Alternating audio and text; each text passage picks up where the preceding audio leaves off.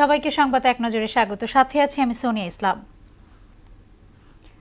বাংলাদেশের অন্তর্বর্তীকালীন সরকারের সঙ্গে যুক্তরাষ্ট্র ঘনিষ্ঠভাবে কাজ করছে বলে জানিয়েছেন হোয়াইট হাউসের জাতীয় নিরাপত্তা যোগাযোগ উপদেষ্টা জন কির্বি। হোয়াইট হাউসে এক ব্রিফিংয়ে ভারতীয় এক সাংবাদিকদের প্রশ্নের জবাবে তিনি আরও বলেন, সাবেক প্রধানমন্ত্রীকে ক্ষমতাচ্যুত করার পর বাংলাদেশের নিরাপত্তা পরিস্থিতি কঠিন হয়ে পড়েছে। যুক্তরাষ্ট্র পরিস্থিতির ওপর নজর রাখছে। জুলাই গণ অভ্যুত্থানে হাজারো শহীদদের রক্ত দেশের মানুষ ভুলে যাচ্ছে বলে আক্ষেপ করলেন বৈষম্য বিরোধী ছাত্র আন্দোলনের সমন্বয়ক সার্জিস আলম। সকালের রাজধানীতে এক অনুষ্ঠানে তিনি আরও বলেন, গণ অভ্যুত্থানে শহীদ ও আহতদের স্বপ্ন বাস্তবায়নে ছাত্র জনতার রক্তের স্পিরিট ধরে রেখে যে কোনো ষড়যন্ত্র মোকাবেলা করা হবে। দেশের মাটিতে আর কোনো অপশক্তি মাথাচাড়া দিয়ে উঠতে পারবে না বলে জানিয়েছেন জামায়াতে ইসলামী আমির ডক্টর শফিকুর রহমান।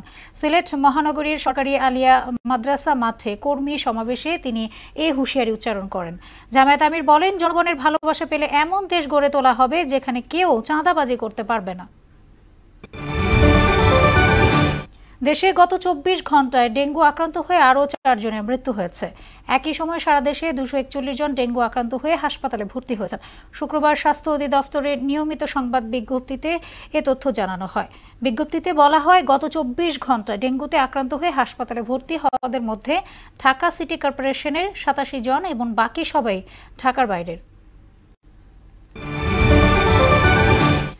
দ্রোহ ও প্রেমের কবি হেলাল হাফিজ নেই।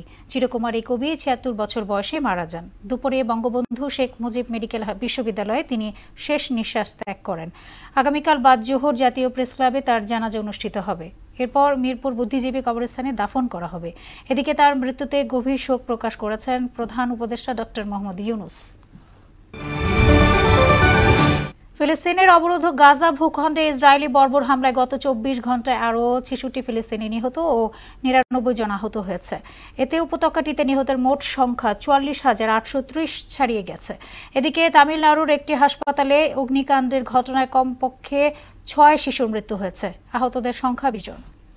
এ ছিল সংবাদ এক নজরে। সবশেষ খবর সবার আগে জানতে মোহনার সাথেই থাকুন। এতক্ষণ সঙ্গে থাকার জন্য ধন্যবাদ সবাইকে।